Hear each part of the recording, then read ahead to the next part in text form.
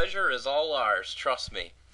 Well, Coach, your team is at 1-2 right now.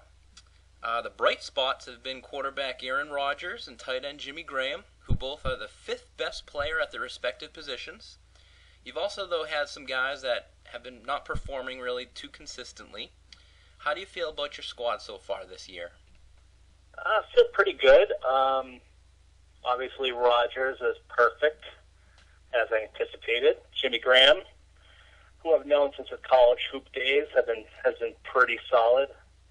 And I'm just waiting for the likes of Mario Manningham and Felix Jones and Garrett Blount to carry their weight, and it should be all good and ready to keep the truck rolling and hopefully get some wins on the board. Great, yeah, positive attitude. Still very early in the season, so a lot of time left. Now, last week, Candy Quacks tied your dynasty record for most consecutive wins, winning 10 games in a row. How do you feel about that? Well, first of all, I take an exception to the first week's podcast where he was deemed the most winningest coach in dynasty history. How does he have the most winningest percentage when he's only played one season? Well, this is actually his third season. He's played two seasons. Well, I mean, I've been in the dynasty for numerous years, and my resume pretty much speaks for itself. Coach Phil, you've played 100. I mean, it's kind of like a person that goes out, has a 3 for 5, start game in baseball, and we're all ready to put him in the Hall of Fame. I mean, it's fine and dandy that he's done great so far, but let his years get underneath his belt. We'll see how it goes from there. So, as far as comparing, my record compared to his, it's, comparing apples to oranges. You have played about 75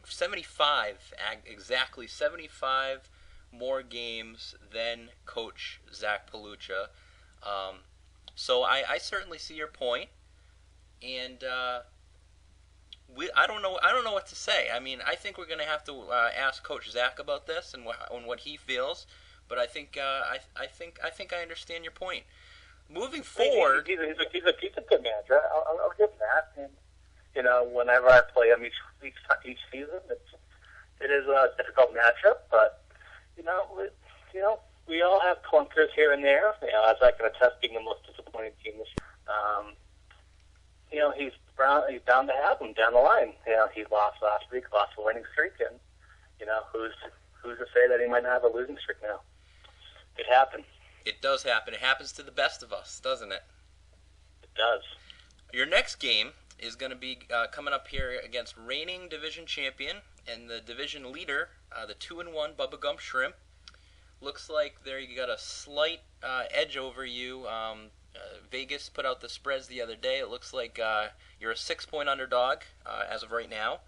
How's your team doing in practice, and how do you feel about the game? Well, I feel pretty confident. I do feel it's a tough matchup, but the spread is a little bit difficult to look at right now, considering you still have Mr. Manningham down for 0 points. Manningham's good to go. He practiced today, looked good in practice. I just got back from the Meadowlands myself, watched him in practice, and it looks good. So the spread should be about even, or maybe possibly me as a slight favorite.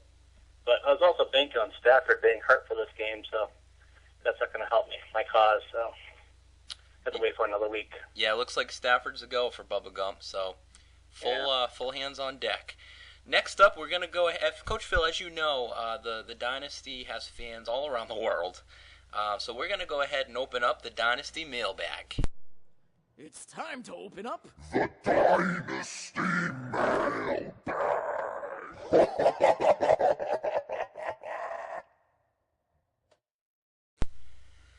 Otis Smith from Provincetown, Massachusetts writes in, and I quote, "Dear Coach Tamulus, since winning your 10th consecutive game in the Dynasty 5, you've gone 14-22.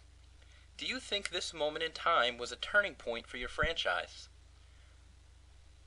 Oh, man. It's a tough question. I can't believe this is Otis Smith from P-Town. Believe it or not, right?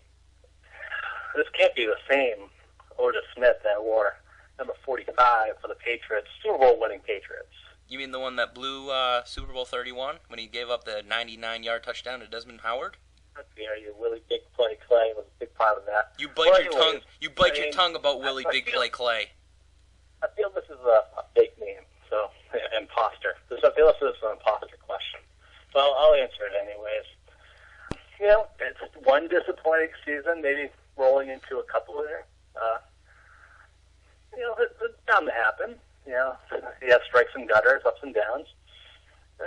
So, you know, usually just try to ride them out and take it 1 week at a time. And usually, you know, some winning streak can pick up here and there. And I'm banking on that happening. That's all you can do nowadays, right? That's all you can do. Next up, as you know, the Power Rankings puts out a weekly Enigma. I'm going to go ahead and read off this week's Enigma. We'll see if you can nail it. The last two coaches, actually last 2 weeks, were able to get it right. So the pressure's on. Here we go. You ready? Ready. Okay.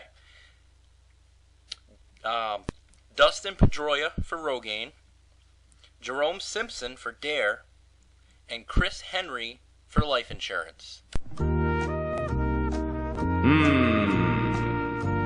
Nope. Don't think I know this one. Everyone's gonna think I'm a fucking idiot, though. Not as much as with. God, I fucking hate him.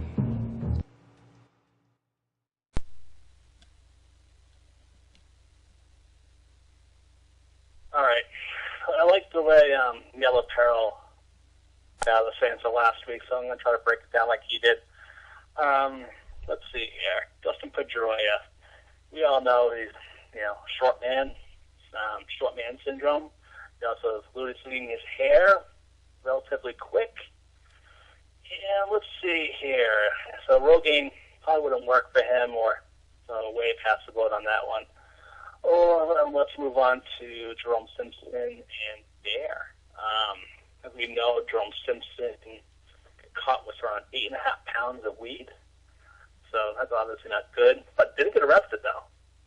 I'm pretty sure if I get a subscription to High Times delivered to my house, I'd get Billy Club in the back of the head. But anyway, so Dare would probably be a bad spokesman. So let's move on to Chris Henry. As you know, he perished. He got killed by thrown off a pickup truck. So life insurance would not work for him either. So there's many, many answers I could give here. I could say bad pitchmen for commercials for these products. Or just things that people should have gotten before they had the chance and they didn't have that. But I'm going to go with Family Feud, and I'm going to go with bad pitchmen for their products. Let's go to the judges. Judges?